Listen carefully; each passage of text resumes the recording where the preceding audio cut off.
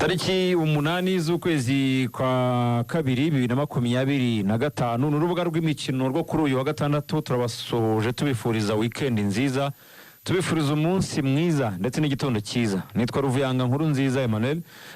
Izi nizo ngingo tuzoganira mu rubuga rw'imikino rwo kuri uyu wa gatandatu.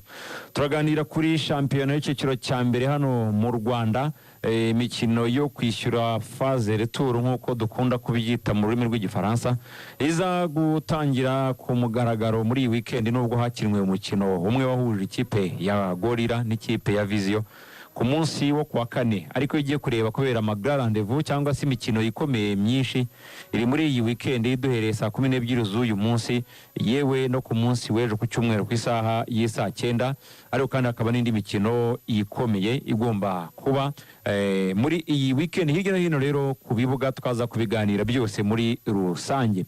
Ingingo ya kabiri mu rubuga rw'imikino ni shampiyona y'Abongereza, nayo imaze iminsi ikinwa n'uyu munsi rero, ndetse no ku munsi w'ejo. Izi shampiyona ziraza kuba zikomeza. Y'Abongereza ariko yo ntayihari kuri uyu wa gatandatu, ahubwo hari La Liga ndetse na Bundesliga ni shampiyona y'Abadage iza rero kuba ikinwa uyu munsi.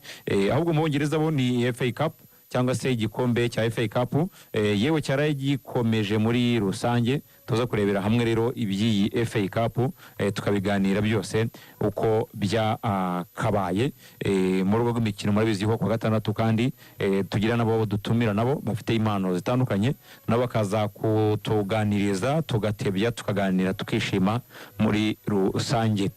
Ngiye kure y'izo ngingo naba ndimo gutandukira, ariko menya yuko tuzoganira kuri shampiyona zitandukanye z'i Burayi ndetse n'iwacu hano mu Rwanda, aho tudutse basesenguzi badufasha kuzisesengura kugira ngo nazo tugende tuziryoherwa, ubundi namwe mugende muryoherwa mwumva uburyo i Burayi byifashe, yewe ariko kandi no mu Rwanda nabwo mukamenya uko byifashe. Tutebye no ku mugabane wa Afrika inkuru ziba zihari nazo tugenda tunyuramo gake gakeya. Ntabwo rero nza kuba ndi njyenyine, ndaza kuba ndi mugenzi wanjye Rigani Rugaju. Waramutse, umeze neza cyane, weekend nziza? Arakoze cyane Ruvuyanga. Yego, weekend nziza kuri twese.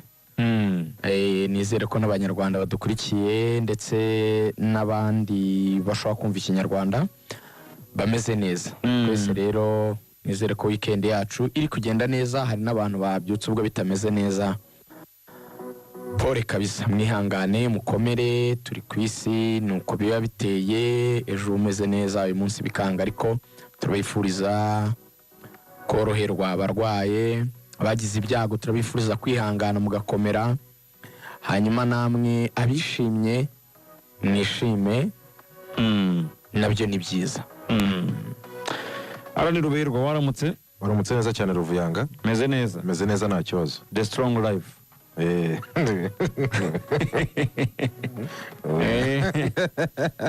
The strong life kabisa. Ichatse kuvuga iki kuri iyo t-shirt yawe wambaye nziza? Ubuzima bukomeye. Iyo ni translation. Ni kwisiremye. Strong life bitewe naho bisomye niko byanditse, nako bisomwa wenda mu rurimi rw'ikinyarwanda, ariko ubusobanuro n'ubundi. Ubuzima burahugoye. Oya.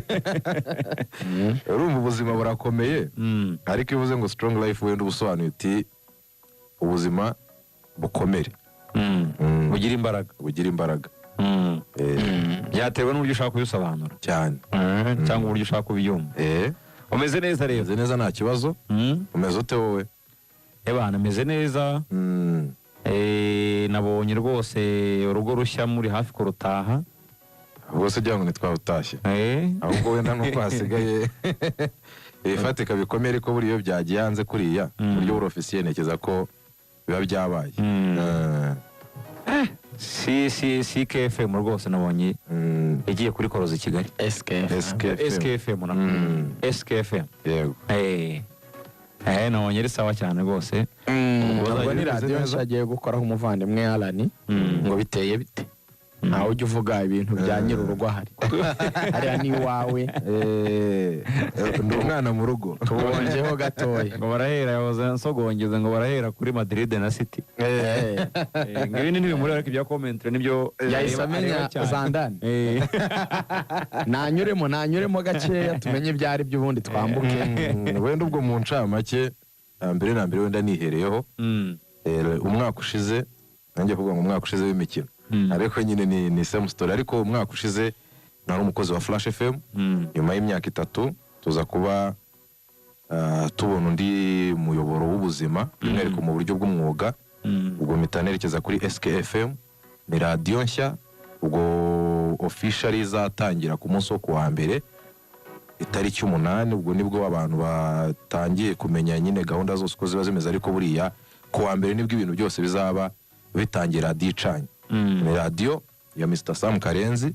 aramuzi yanyuze kuri Salus yanyuze kuri Radio 10 ndetse na TV 10 anyura no kuri Fine FM ndetse n'ahandi hagiye hatandukanye ariko muri ubwo buryo niwe owner niwe boss wanjye from ubwo January nyine uyu mwaka utangiye ubwo nuko bizaba bimeze radio izaba ifite 200 mu ntangiriro ubwo ni 93 n'ibice 9 92 n'ibice 6 izaba yumvikana ku rugero bw'ibize rwa 80% mu gihugu yaba ari kuri platforms zigiye zitandukanye YouTube yaba ari za TikTok za TuneIn hose bagerageje kureba yuko buri munyarwanda cyangwa se n'ukunda ibiganiro bya siporo yazagira umwanya uhagije wo kuzajya byumva mu gihe cyose yifuje yaba ari wakurikiranye kuri FM yaba ari utegereje online yaba ari utegereze kuri YouTube bitewe na content zitandukanye ikigo kiba kiri kugenda gitanga bari sawa cyane ubwo njyewe noneho by'umwihariko ubwo nikomojeho nzandi mu kiganiro cyari mugoroba by'umwihariko kizakibanda ku makuru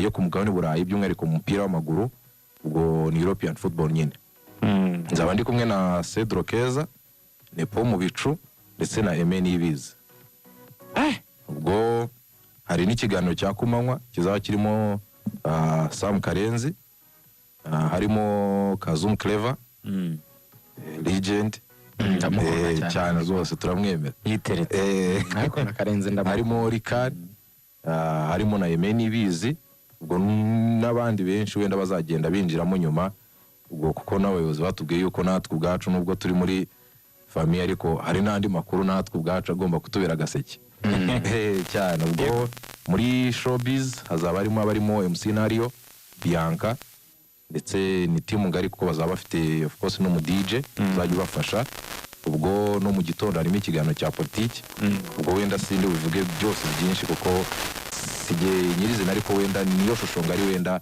yibi hari nibiri kuvuga ego ubwo rero courage mu mirimo mishya twese nk'itangazamakuru nyine tuba dushakisha amakuru tugeze ku banyarwanda ubwo aho werekeje imirimo mishya uzagira uzahirwe hanyuma rero tuganire ku ngingo nyinshi cyane zitandukanye zirimo shampiyona y'icyiciro cya mbere hano mu Rwanda muri rusange turebere hamwe rero uburyo gahunda zihari